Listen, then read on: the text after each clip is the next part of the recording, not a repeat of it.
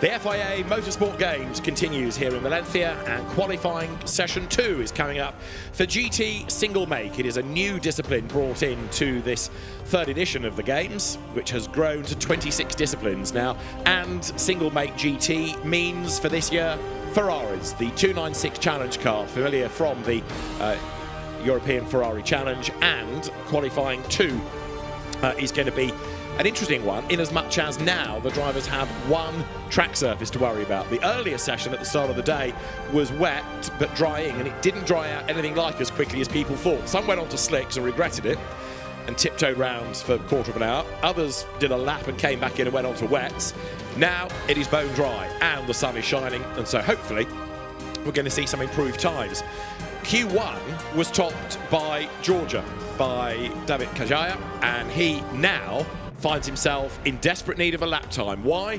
Because he was excluded from Q1 because the slicks that were put onto the car had already been used in a previous event at the Ferrari World Finals, and the regulations say you can only use tyres that are allocated specifically for this weekend. There's a kind of advantage, says the technical delegate, because they've had a heat cycle, but even if there isn't a performance advantage, it doesn't matter. The rules are quite clear. You can only use tyres that are labelled for this weekend. So the Georgian driver has got to go again. There is, from Switzerland, Christoph Herney, David Anderson and Joe Osborne are trackside, and we're looking forward this time around, I think, to seeing what people in these cars are capable of, because before there was always that question mark over how hard to push, with the track surface being very slippy. Yeah, it was, wasn't it? We saw that car at the front of the queue to get out Germany go to slicks first.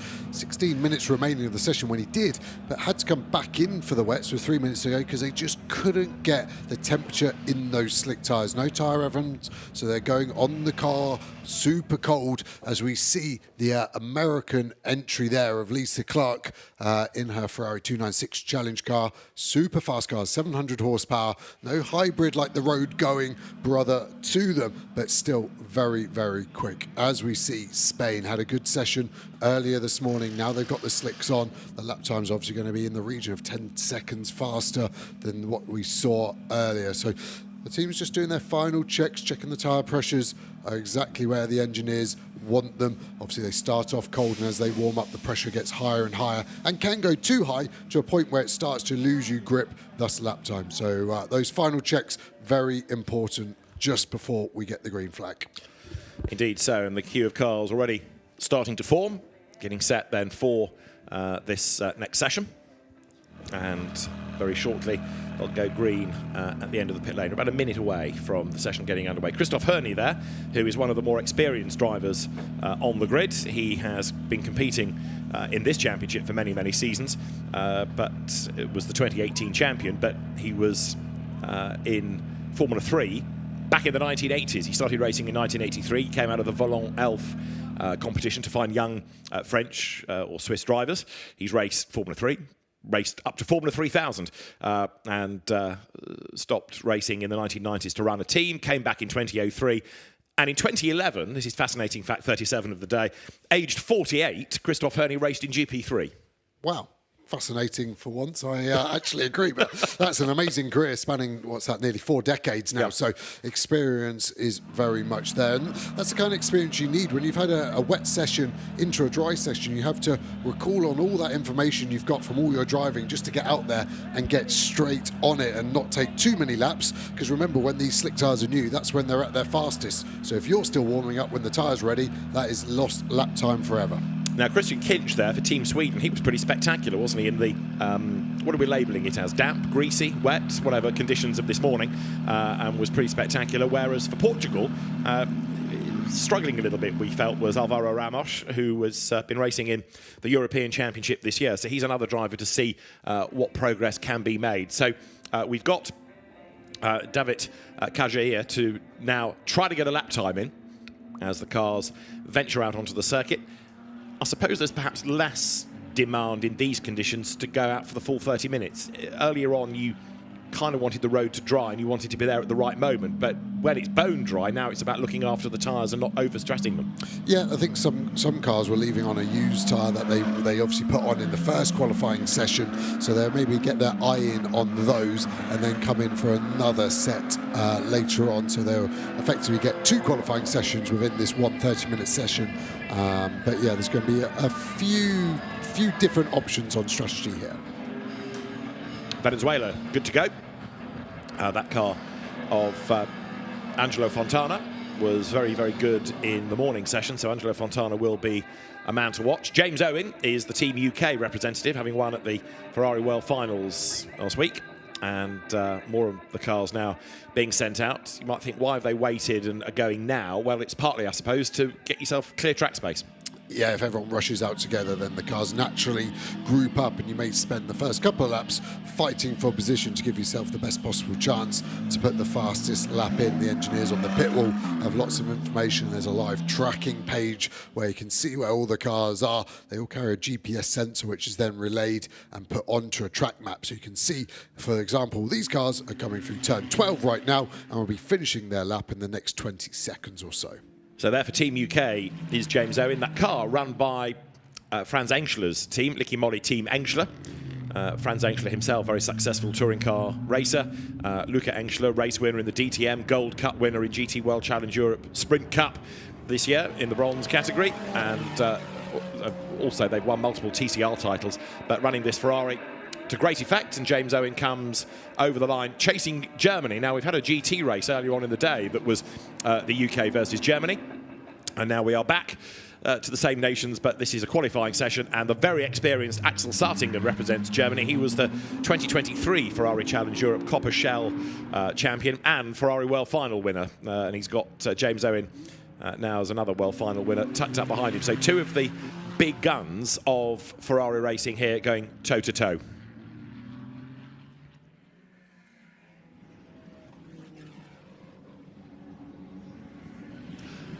Q2 for the GT single make category here at the 2024 FIA Motorsport Games is underway, and you're looking at Germany and the United Kingdom. Axel Sartingen drives for Germany. It is James Owen for the UK, and they are making their way up towards the midpoint of the lap.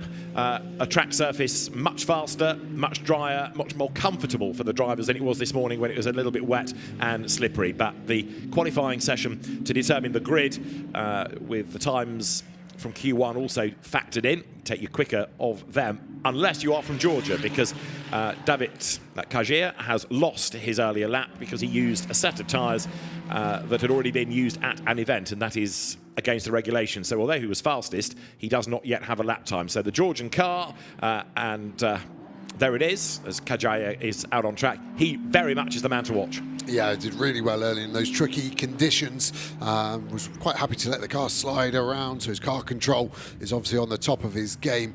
Yes, the cars have traction control, but to get the maximum performance, you want to be right on the bottom level of that, where the car still lets you rotate via throttle, flashing the lights for the camera. I can't see a car in front of him, so maybe he's just practicing the button. There is the 24 car in front, but that looks like it should be quite a long way ahead, the Spanish car of Sanchez. So he's obviously bit stressed about not getting the space he wants. Maybe he's already on his new set of tyres and wants to make sure that he gets the most performance out of that car at this time. The best lap of anybody that we had in the wet this morning was a 1:42. We've already got a 36. So tear up a piece of paper from Q1, really. Everything is going to matter from what they can do in Q2, as their Kajir drops down towards turn 1 and is third at the moment, but possibly is, well, I was going to say, going to have to drop back and let the traffic go, but there was no suggestion of that from the way the car squirmed under braking. He's got that by the scruff of the neck, hasn't he? Really has. He was fastest in the free practice session with a time of a 1:34.2, so we're a couple of seconds off that still, but this lap at the moment looking good. How's his first sector looking? Looks okay. We'll just see what it does there, but this is the car on the move there. The Georgian car takes purple sector 1. Was that a spun car? No, it was just a frozen shot. That made my heart go a little bit, but German car pushing on even more. This should get them into the 1:32s, which was that fastest time set in free practice. No, it's not going to be in the 34, sorry. Misread that sector 2 a little bit there, but it does look like the British car's staying with them at the moment. Does indeed. So Axel Sartingen is the fastest. That was an improved lap, 1:34.898. It's just under half a second between Germany and the UK. Georgia third, the Lebanon fourth for Tal Al-Shire, and now that changes. Sweden has just gone up to third. Christian Kinch goes third fastest, but Kajair for Georgia doing 2 purples. Yeah, not by much, less than a tenth in either of them to this German car, but yeah, it's going to be interesting to see where that can take him. Someone now, Germany, taking it back purple. Just watching the graphic on your top left, you can see those colours. Green, best for the car. Purple, best overall. Yellow, no improvement. Really hustling on, hard on the brakes, using the extra bit of track. Car darting around in pole position at the moment. Job well done. So he's just under 3/10 up the road. But Christian Kinch is now down for Sweden, the absolute best in the first sector. So it is Georgia, Germany, United Kingdom, and then Spain. We shouldn't forget the home nation. There is one facing the wrong way. Is that Germany? It is Spain. It is the car that's fourth quickest then. So Ivan Velasco has got it wrong, coming out of turn 2 by the look of it. Yeah, you're right. Gave a good welly to try and flick it back round. Did 90% of it. That was a good effort. It doesn't look like he's going to hold anyone up. Maybe the next car into shot is going to be compromised as we go back to our spectacular Swedish entry. Spectacular from Q1. We saw how much curb it was using, even to a point where I think it might have damaged the floor a little bit. Currently second place on a strong lap at the moment. An even stronger lap for Georgia. Half a second quicker in Sector 1 alone. So this is going to be a pretty quick race down to the 133s, down to 132s. Huge set of 11 set out the back there. Kept the car a little tight. Could have used a bit more exit curb, maybe to release that energy. 134.9. A little bit of time lost definitely in the last corner there for Sweden. And that time's being taken away from Spain and also Portugal. So the Iberian nations are struggling, and Kajair has given up on this lap, hasn't he? So David Kajair slowly making his way up towards turn 13. I wonder whether a pit stop beckons here. It is now James Owen for the UK on pole position. He's done a 1:34.539, and the reason he's backed off is because David Kajair got a track limit warning at turn 1, and therefore the lap time was cancelled. So there was no point pushing on, but there is now. But he's got to keep it neat and tidy through turn 1. He uses about as much of the outside of the road as he can, but he can't afford to go too wide coming out of the corner. That's all right, I would have thought. Yeah, looks on the line, which is legal. That probably also explains why his Sector 1 was so fast. But then James Owen has beaten that anyway. So hopefully for Owen and the United Kingdom, that was legal in Sector 1. So obviously so much time to be gained just by letting the car run a little bit too wide. And then the race director has to get rid of that lap to keep it fair. And another lose, and it's Axel Sartingen for Germany, who has got it all wrong coming onto the pit straight.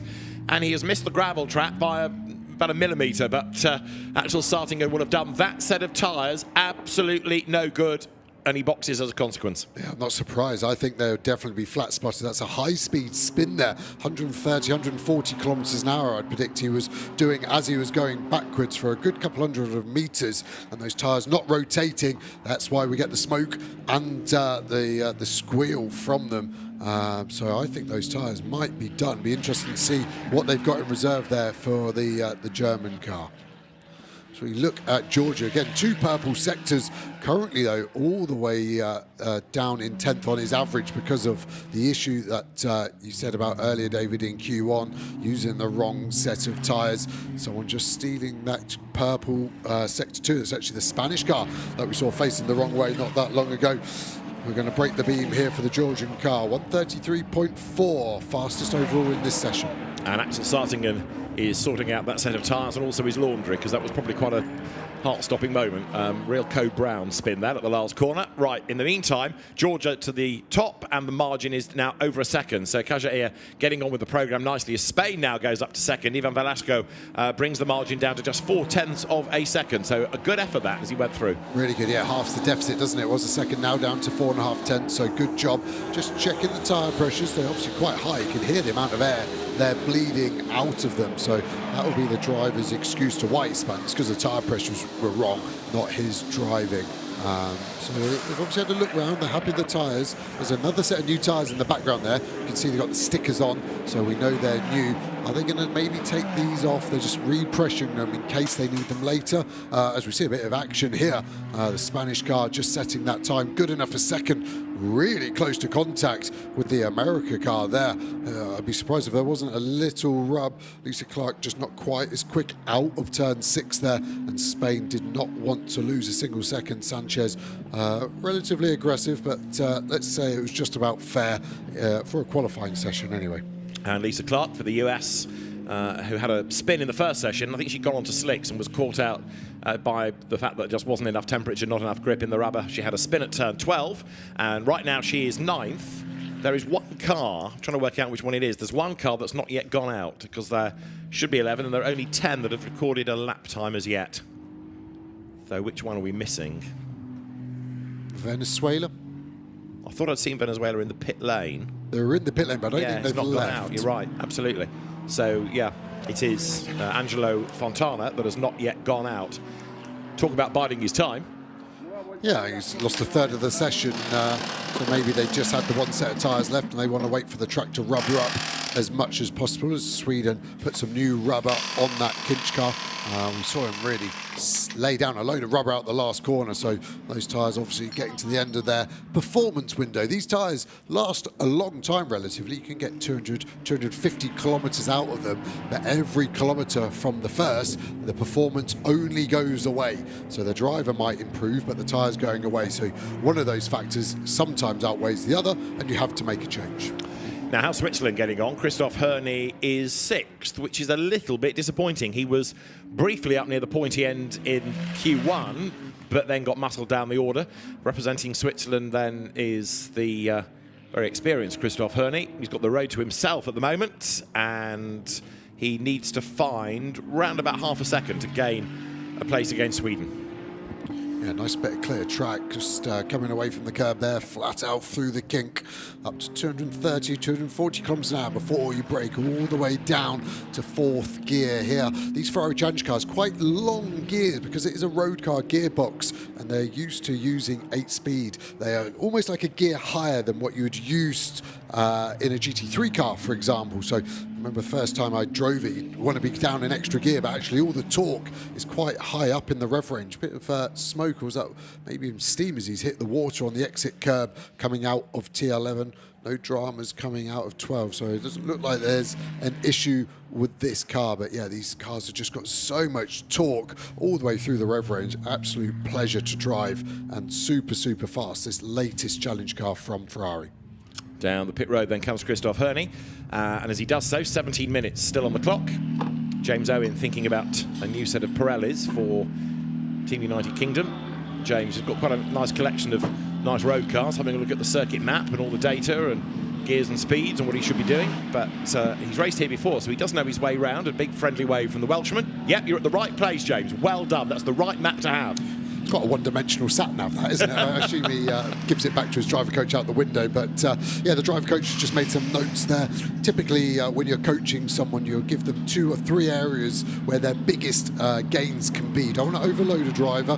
Very easily done, obviously. But you want to make sure that there's half a second there, 6/10 there. The easy gains you can grab, and that horrible corporate slang of the low-hanging fruit is where you are aiming for. Here we are on board with Germany. You can see we're in 3rd gear. Like I said, that would be normally 2nd, up to 4th, flat through this left kink, up to 5th, little break back down to 4th, get the car in. Nice and aggressive on the apex curb, stay out wide, swing the car into turn 5. This is the end of sector 1, so this is the first chance on the timing screens. We get to see how the lap is looking. It's okay, but not an improvement just yet. Onto the back straight. Looks like we're still building a bit of tyre temp. Why do I say that? We're not using the exit curbs. Normally when the pressure's low, we stay off those because of the serrations. They can damage the tyre when the pressure isn't high enough. So you can just see a bit of a problem here, trying to get the wheel nut off. When everything expands a little bit. Looks like the mechanic's struggling just to get the gun off the wheel nut. Have to use looks like a flat blade screwdriver just to prise it off. But you know it gets bad when the hammer comes, but we're not at that stage just yet. Not quite. But teams can ill afford to be losing time in the pits. The Portuguese entry will rejoin shortly. So it is Alvaro Ramos, the driver, who moved to Ferraris this year, back on board, and this is onto the pit straight. Speed building now. Yeah, you can see the witness marks from his earlier spin as he crossed across there, quite dramatic. So he'll try and erase that from his mind, but he won't be able to erase it physically. Yeah, 1:33.8. So I think this is a push lap now, opening up turn number 1, get it to the apex curb. These curbs get rid of any understeer, using all the curbs now. This looks a lot more aggressive from Germany. Hard on the brakes, down to third gear. You can see on the screen, it's just gone slightly purple, top right. That's his live delta, so that means we're faster than his current best. So that's why we know we're pushing onto the inside. That's part of the dash is still purple. Looks like we're purple by nearly 0.2 of a second as well. So this is a great job by Germany so far. Keep it going as we come out. Break the beam for sector 1. How's it looking? It's actually not an improvement. So something's lying, either our timing screen or his dash. Sometimes the dash doesn't update quite as quick. So maybe this isn't going to be an improvement, but the time is still saying on the dash he's 0.2 up. So Germany may be a little confused by their own data here. That is a live delta, so it's done by GPS. Really nice and wide there, opening up this quick chicane into turn 11. Nice straight braking zone he's created for himself there. Late apex, unwind the lock, full throttle, 700 horsepower, throwing us forward in this prancing horse. My favourite corner, turn 12, throw it in, don't hit the sausage curb, all the way up to the gravel trap, use the throttle, flat out through 13, hold it tight to start with, spot your braking point, open the lock, over to the right hand side, don't spin and go backwards into 14 like you did before. And again, careful of track limits, out the last corner, aggressive on the throttle. Delta still saying it's good, 0.4 of a second now. It was a green sector 2. Does this improve our lap time? Are we higher than 5th? No. Yes, third. Goes third fastest in the end. Axel starting and then up to third, 1:34.368.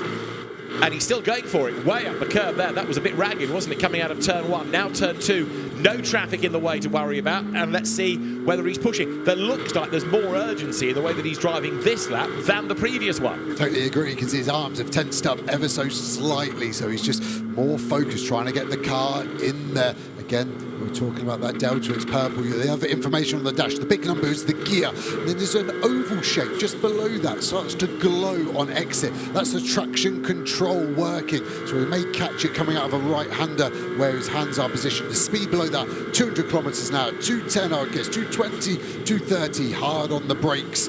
Roll the car in, you can see the ABS active as well on the dash there. So much information for all of these drivers. Less than 0.3 off fastest as we go to an exterior drone shot of that German car. Looking really good. Axel doing a mega job so far on this lap too. So he is currently third fastest, so he is at the moment heading for the second row of the grid. He's not quite a front axle, but the German driver then comes up towards 13, still without anybody to worry about as he goes around the lake up towards turn 14, the scene of his earlier spin. This lap, good sector 1, good sector 2, so there should be an improvement. He's got to find 7/10 though, give or take, to be on the front row of the grid, and as he breaks the beam, goes through and 6th on the average on the combined time, so he is third in the session and 6th on average. Yeah, the average is going to start to really weigh in quite interestingly as the session goes on. I think more drivers are now leaving on their new tyres, as we can see Spain leaving very quick.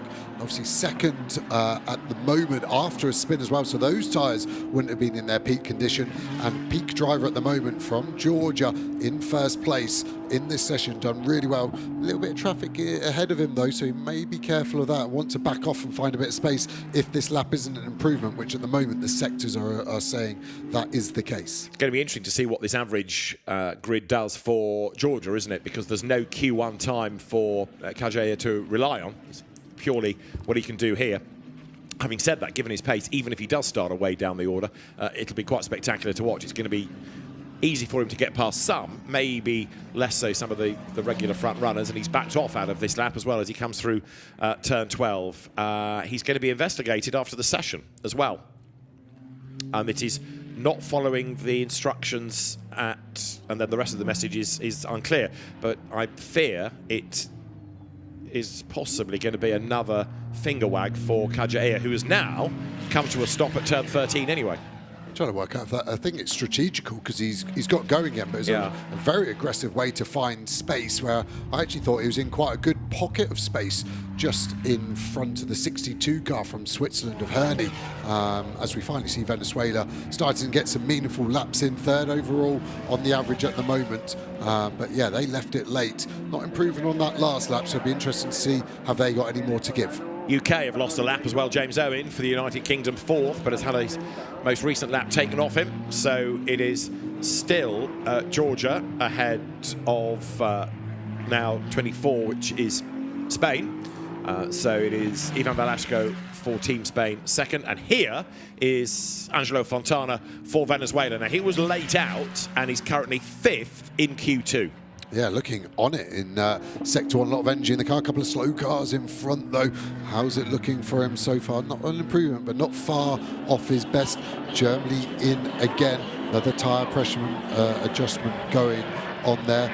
Driver coach in the door as well, just giving some advice. They'll be able to watch. A lot of these cars actually have a live onboard system as well, so everything can be watched 24/7. There's no hiding these days for these amateur drivers. And now all of a sudden traffic becomes an issue, doesn't it, for Fontana as he comes down through turn 11. Short straight beckons and traffic up the road as well, and he's going to encounter the traffic just where he wants it least. Thankfully that other car gets out of the way, but there's perhaps always that slight hesitation. Am I going to catch that car? Is it going to move? Thankfully the gap opens up. Fontana pushes on, but he's down in both of the first two sectors, so this lap's really going nowhere for him. Yeah, and the car's starting to squirm more, it seems, at the end of the lap, even from when we first saw it under braking. You can see the car darting around, and if we can see it from the outside, then on the inside it's even more. It does improve his Sector 3, and it's, in the end, quite a tidy lap, isn't it? So, third on the combined average is Venezuela, and now it is going to be Spain ahead on that combined average, because Velasco, who is now second in Q2, takes the pole position on the average of the two sessions. For Italy, Paolo Scudieri goes through, and he is ninth in Q2.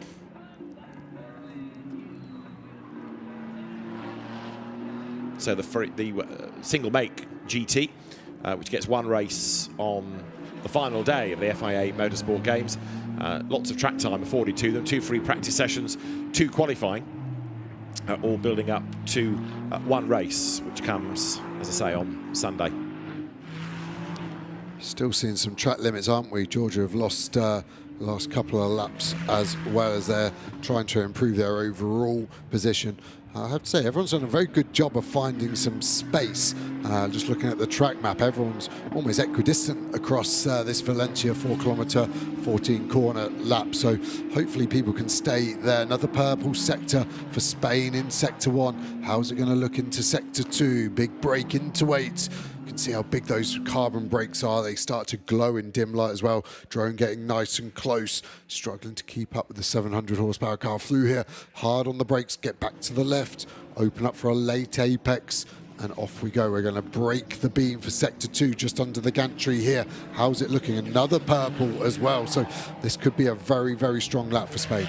Although the best time of the session is now from David Kajair, who has done a 1:33.344 now, and that's 0.3 quicker than anybody else, but he doesn't have another time to help with the average, so he's got to rely purely on this as Spain comes up to the line. So in Q2 it is Georgia at the top, 11th though on the average. What about Spain? The answer is pole position, a 1:33.052 there as he goes across the line. So it is now fastest in Q2 and the fastest average for Spain. Good effort with 6 minutes to go. Yeah, and our Spanish colleague goes wild next door in the commentary booth, so a lot of home support for Spain, obviously leading the medal chart at the moment after yesterday's first medal giving events in rally, and that's the fastest lap we've had of the weekend as well by some margin, 1.2 seconds quicker than any of the free practice times. So really starting to hustle on really well as we see Kinch now for Sweden crossing the line. Only 5 minutes remaining. The time has really flown by. I'm sure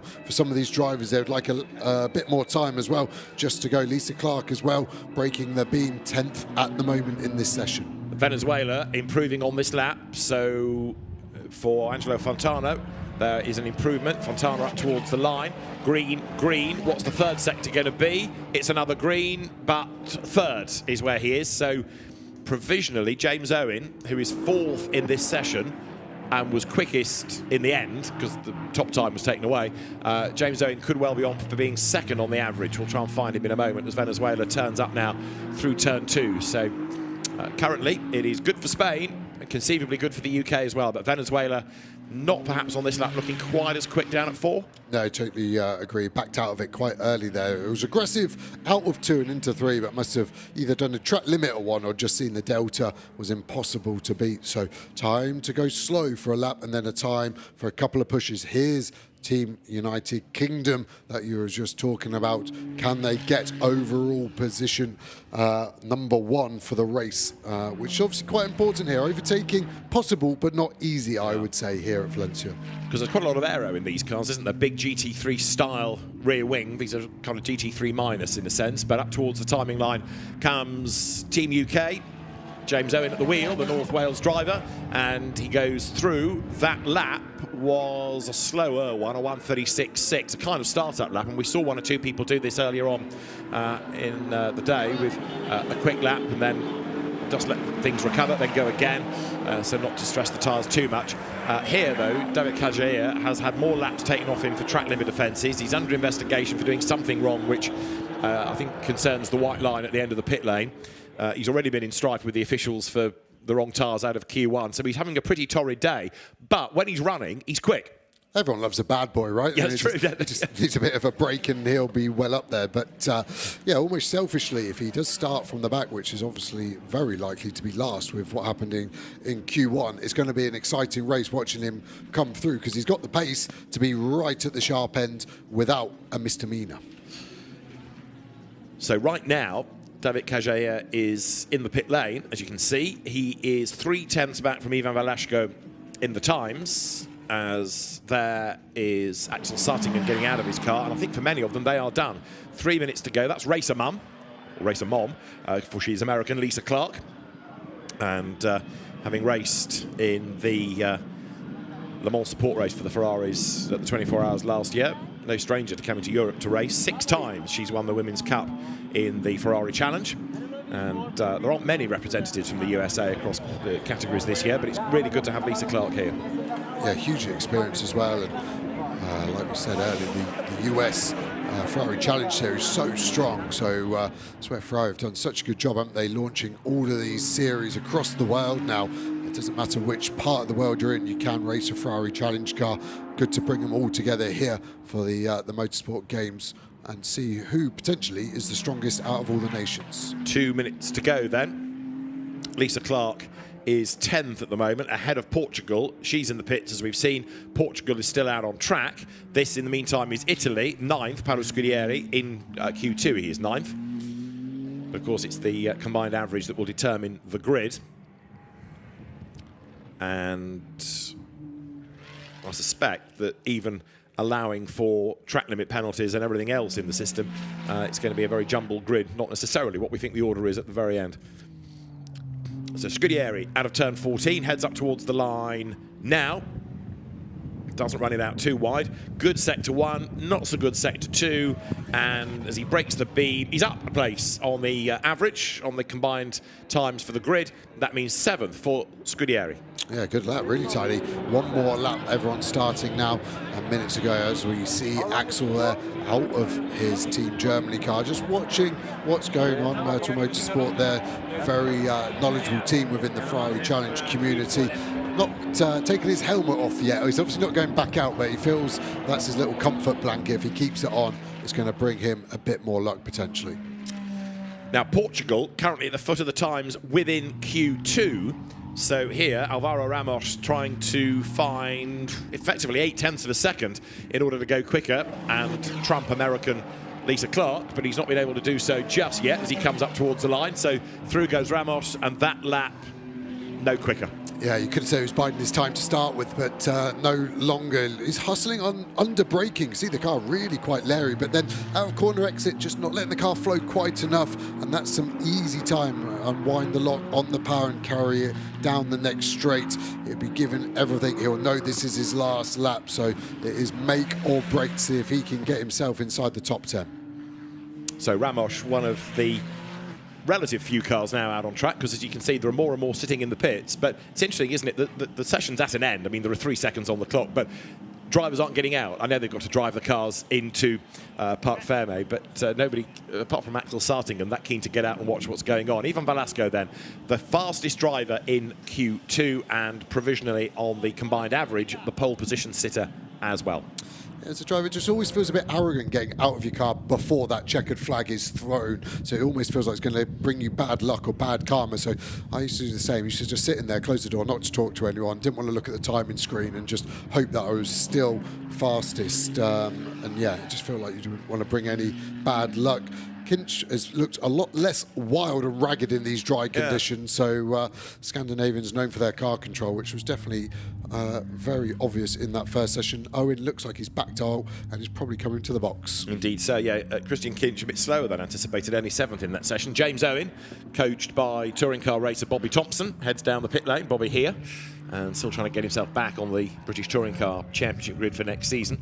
But James Owen benefiting from Bobby T's advice, and he ends Q2 4th fastest. Yeah, great shot looking into the engine bay there. You can see that V6, almost sort of F1 style now, these engines, putting the turbos in the V. So the packaging of these is so tight, and you can get the engine so low, the centre of gravity lower, the better the car feels. And the 296 Challenge car is definitely in that area. And of course, it continues that usual way of numbering a Ferrari, 296, 2.9 litre 6-cylinder engine, hence 296.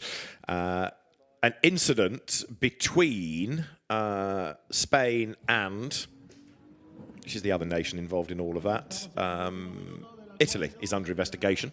So I've not seen it, but there is something that has gone on between Spain and Italy, and that's going to be looked at after the session. So this is the order on the combined average. It is Spain for provisional pole position. So Ivan Velasco's efforts putting him ahead of the UK, thanks to James Owen. And 3rd is where you're going to find Angelo Fontana for Venezuela. 4th, Switzerland, ahead of Sweden. Germany 6th, but 11th is where the interest is going to be, because for David Kjaer, he's only got 1 session from which he can take a time, and therefore he is going to be condemned to the back of the grid. But we know he's quick, and it's going to be absolutely fantastic to see him try and storm his way up through the order. So, well done to Ivan Velasco. Spain is having a very good run at the minute, leading the medals table. There could be another medal, maybe a gold one, come the end of the weekend out of the GT single make category. The race, 30 minutes plus a lap. And when we get to the race itself, we'll find out tomorrow whether it's going to be gold for Spain or not. Meantime, as the sun shines over the Valencia circuit, the Ferrari Challenge cars from the single make GT qualifying session make their way down to the Parc Fermé area, and the circuit will be given over shortly to more activity with touring cars and GT racing still to come, and rallying on track at the end of the day. In the paddock there is drifting. At the other end of the Spanish circuit here is the special zone for the auto slalom and for karting slalom, so there's lots to keep the fans happy. Also within Motorsport Games, there's esports in the city centre, there's karting, and there is the cross-car tournament at the nearby new Aspar circuit. But it is Spain then that tops the times, courtesy of Ivan Velasco Sanchez, the best lap at 1:33.052 during Q2, and a job well done for Team Spain.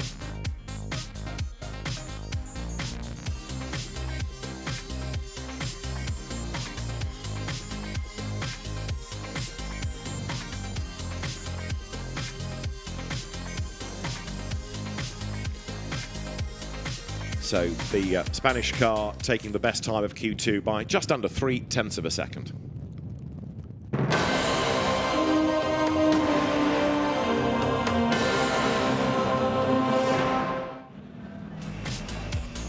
The second qualifying session for single-make GT, all for the Ferrari 296 Challenge cars, was welcome for the drivers in as much as it was a dry circuit this time after having to cope with the wet weather from earlier on in the day. Italy for Paolo Scudieri's efforts, quick early on as he tried to get himself up the order. Trouble for one or two cars though, and in the pit lane, One Nation finding it difficult to get a tyre change done successfully.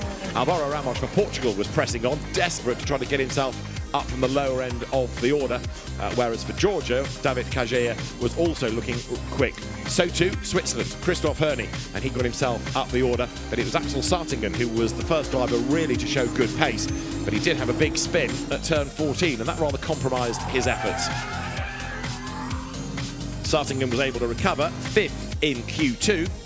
James Owen, though, was 4th fastest for Team United Kingdom, recent winner at the Ferrari Mondiale, the Ferrari World Finals. And for Team UK, 4th he would be behind Venezuela's Angelo Fontana. He, in turn, was just under half a second away from Georgia's David Kajea, who is still being investigated by race control for an infringement early on in the session. But Kajea certainly proved that he's got great pace. Not as good, though, as Spain, because Ivan Velasco Sanchez was the fastest, quickest in Q2, and on the combined average of the two sessions, putting himself on pole position for the 30-minute plus 1 lap race on Sunday.